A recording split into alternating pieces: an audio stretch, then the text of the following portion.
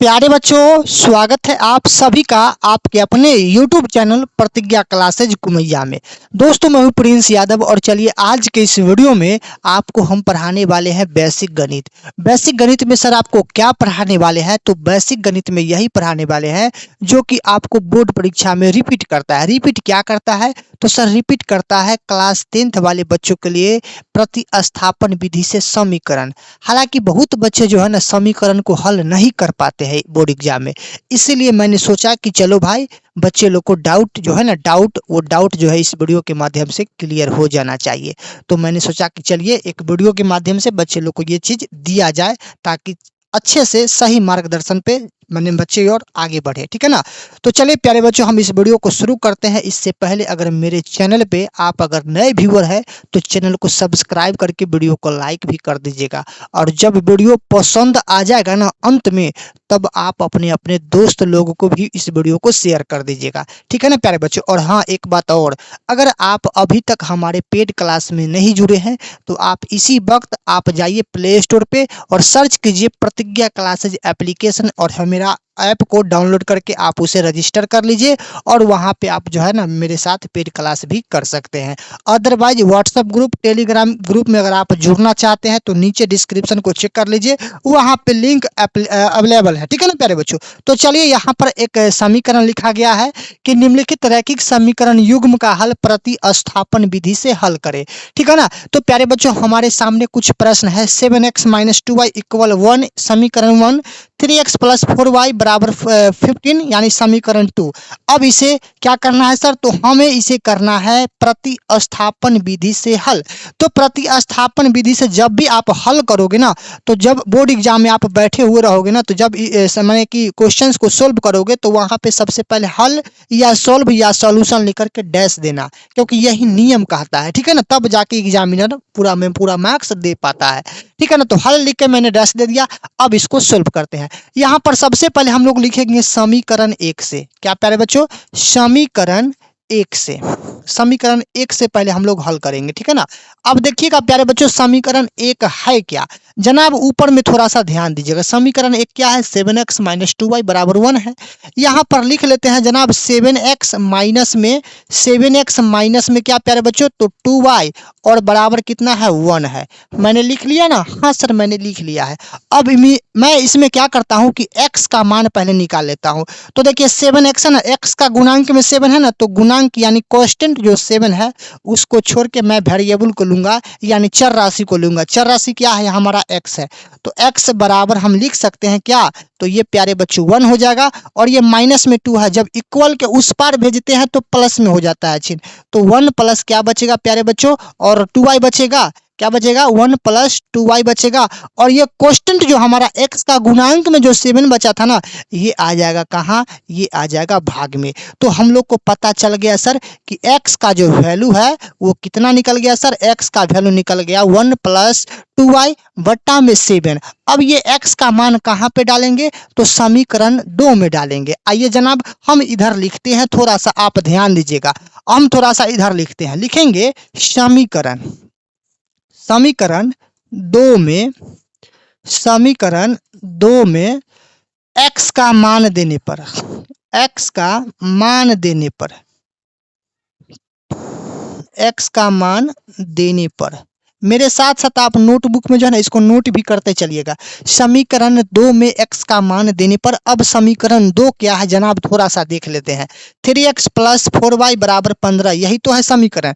3x + 4y = 15। प्यारे बच्चों 3x + 4y बराबर है 15, यही तो था समीकरण 2। अब हमें जहां पे x है ना, वहां पे हमको कौन सा वैल्यू डालना पड़ेगा? तो हमें x के स्थान पे डालना है 1 + 2y बट्टा 7 डालना है। क्लियर है ना सर? हाँ सर क्लियर है। बताइए ना आगे। यहाँ पर पहले क्या है? x का गुणांक में 3 है, तो मैं तो 3 को 3 लिख सकता हूँ और ब्रैकेट डाल देता हूँ। इसलिए क्यों? क्योंकि मुझे यहाँ पर x का वैल्यू डालना है, इसीलिए मैंने ब्रैकेट को चालू कर दिया।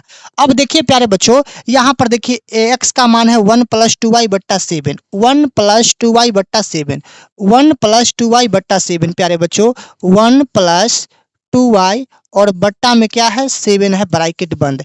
यानी 3 का तो 3 मैंने लिख दिया और x के स्थान पे डाल दिया 1 + 2y बट्टा में 7। यही तो था ना x का मान, यही ना था प्यारे बच्चों 1 + 2y बट्टा 7, ये तो डाल दिया मैंने वहां पर।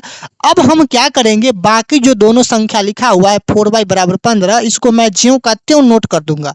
तो प्लस क्या है यहाँ पर 4y और बराबर है यहाँ पर 15, लिख दिया ना। बोलिए यहाँ तक दिक्कत है? नहीं ना दिक्कत है। मेरे साथ साथ आप नोट करते चलिएगा, आज के बाद पूरे लाइफ तक जो है ना आप लोग इसको भूलिएगा मत, ठीक है ना। चलिए अब देखिएगा प्यारे बच्चों, यहाँ पर मैंने या का प्रयोग कर दूंगा क्योंकि सब्जेक्टिव क्वेश्चन को सोल्व कर रहा हूं ना। अब देखिए ये 3 से हम 1 में मल्टीपल करेंगे और फिर 3 से हम 2y को मल्टीपल करेंगे, क्योंकि ये ब्रैकेट जो है ना ये गुना का संबोध कराता है, ठीक है ना। चलिए तो प्यारे बच्चों 3 को 1 बार पढ़ेंगे हम लोग तो हो जाएगा 3, और यहाँ पर प्लस है तो हम प्लस दे देते हैं, और 3 को 2 बार पढ़ेंगे तो 3 × 2 = 6y हो जाएगा, और बट्टा में प्यारे बच्चों क्या हो जाएगा 7 हो जाएगा। अब बाकी ये दोनों का ज्यों का त्यों लिख देंगे 4y बराबर क्या प्यारे बच्चों 50। चलिए प्यारे बच्चों तो यहाँ तक तो हम हल कर लिए, क्योंकि 3 से 1 में पढ़े तो 3 और 3 × 2 = 6 हो गया, बट्टा का 7 हो जाएगा। ये दोनों राशि को मैंने ज्यों का त्यों इसको नोट कर लिया। अब प्यारे बच्चों यहाँ पर ध्यान देंगे, ये है फ्रैक्शन के रूप में, तो यहाँ भी हम इसको फ्रैक्शन के रूप में बनाएंगे। क्यों? क्योंकि यहाँ y का बोध है तो यहाँ भी तो y है ना, तो इसको हम लोग 1 छुपा देंगे ना, ताकि ये दोनों चीज जो है ना, दोनों चीज जो है इसको हम एलसीएम आसानी से कर सकते हैं। तो प्यारे बच्चों 7 और 1 का एलसीएम क्या हो जाएगा सर? यहाँ पर 7 हो जाएगा। क्लियर है ना? जी सर क्लियर है। अब सर 7 से 7 रफा दफा, तो ऊपर वाला ज्यों का त्यों, तो +3 और यानी 3 प्लस और यहाँ पर क्या बचेगा 6y, और ये तो प्लस है ही, और यहाँ पर 7 चौका क्या हो जाएगा 28 और y हो जाएगा। क्लियर है ना? और इधर हो जाएगा बराबर में कितना सर 15 हो जाएगा। चलिए सर एक लाइन थोड़ा सा और आगे बढ़ाते हैं। अब प्यारे बच्चों यहाँ पर थोड़ा सा आप ध्यान देना, ध्यान क्या देना कि सर y वाला को हम एक साथ हम जोड़ सकते हैं क्या? y वाला को एक साथ हम जोड़ सकते हैं क्या? हाँ सर आप y वाला को एक साथ जोड़ सकते हैं। यहाँ पर देखिए प्लस में 6y है और यहाँ पर प्लस में 28y है, दोनों को एक साथ जोड़ लीजिए तो 28 6 कितना होगा 34 हो जाएगा। तो हम कह सकते हैं सर, हम कह सकते हैं सर क्या कि 34y, क्या कह सकते हैं 34y और बराबर बराबर क्या? तो प्यारे बच्चों यहाँ पर 15 7 को एलसीएम माने गुना कर दीजिए ना, तो 15 7 क्या हो जाएगा 105, 105। ये प्लस में 3 है उधर भेज दीजिए तो ये माइनस में 3 आ जाएगा सर। फिर से समझाता हूं नहीं समझे हैं तो, यानी प्लस में 28y और प्लस में 6y, दोनों को y वाला को क्या किए हैं प्यारे बच्चों, दोनों को y वाला को हम एक साथ ऐड कर दिए हैं, जोड़ दिए हैं, तो 34y हो गया, और बराबर है तो बराबर दे दिए, 15 7 105 हो गया, और ये प्लस में 3 है इधर आ गया तो माइनस में 3 हो गया। क्लियर है ना सर? जी सर क्लियर है। थोड़ा सा आगे ले चलिए। अब देखिए प्यारे बच्चों ये क्या है, ये है प्यारे बच्चों आपका 34y, यानी 34y का 34y ही है, ठीक है ना। अब प्यारे बच्चों 105 में 3 घटा लीजिए तो ये बचेगा आपका कितना प्यारे बच्चों 102 बचेगा। क्लियर है ना? जी सर क्लियर है। अब मुझे बताइए सर, अब मुझे बताइए कि सर y का जो वैल्यू लाएंगे, यानी y का जो वैल्यू लाएंगे ये क्या हो जाएगा 102 ऊपर चला जाएगा और बट्टा में आ जाएगा कितना प्यारे बच्चों 34 आ जाएगा। बोलिए समझ में आया ना?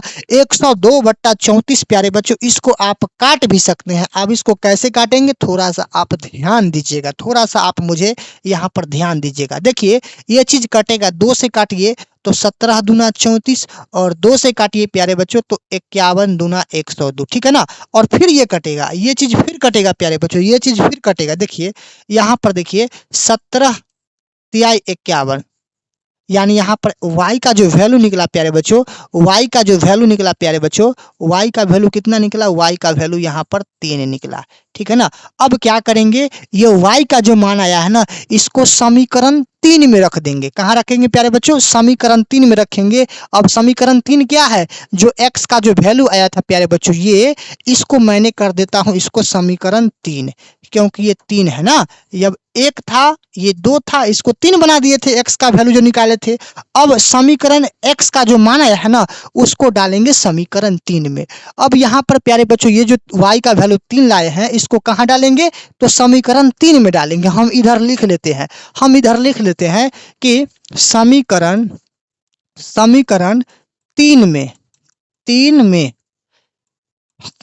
3 में y का मान देने पर y का मान देने पर, y का मान देने पर, समीकरण 3 में y का मान देने पर। समीकरण 3 क्या है प्यारे बच्चों? तो समीकरण 3 आपका ये है, x बराबर 1 प्लस 2y बट्टा 7। x बराबर क्या है प्यारे बच्चों? x बराबर 1 प्लस 2y और बट्टा में क्या है? 7 है, यही ना है? देख लेते हैं एक बार। x बराबर 1 प्लस 2y बट्टा 7 क्लियर है? क्लियर है? x बराबर 1 प्लस 2y बटा 7, ये था आपका समीकरण 3। अब इसमें रखना किसका मान है? तो प्यारे बच्चों रखना है हमें y का मान रखना है। y का मान कितना है? 3 है। तो प्यारे बच्चों x का तो x रहेगा, बराबर 1 का तो 1 रहेगा, प्लस यहाँ पर 2 और गुना y का मान कितना आया है? 3 आया है, और सब के बट्टा में 7 है। तो आप कहिएगा x बराबर 1 प्लस 2 तिहाई कितना हो जाएगा? 2 तिहाई 6 हो जाएगा, और बट्टा में हो जाएगा 7। तो प्यारे बच्चों आप कह सकते हैं सर x बराबर 6 और 1 जोड़िएगा तो कितना बनेगा? 7, और बट्टा में है आपका 7। तो 7 से 7 प्यारे बच्चों कैंसिल, 7 से 7 कैंसिल कितना बार में? एक बार में। यानी हम लोग का x का जो वैल्यू आया प्यारे बच्चों, x का वैल्यू हम लोग का 1 आया। यानी आपका फाइनल आंसर अब निकला x का मान 1 और y का मान 3। बोलिए क्लियर है? जब समझ में आ गया है प्यारे बच्चों तो लाइक सब्सक्राइब सब चीज आप करते रहिए। और मैंने कसम खिलाया था आप लोग को कि जब वीडियो अंतिम में देखिएगा कि आपको लगा है कि मेरे लिए यूजफुल रहा है, तब वीडियो को आप शेयर कर दीजिए। क्लियर? चलिए मिलते हैं अगले वीडियो में, तब तक के लिए सभी को जय हिंद, लव यू।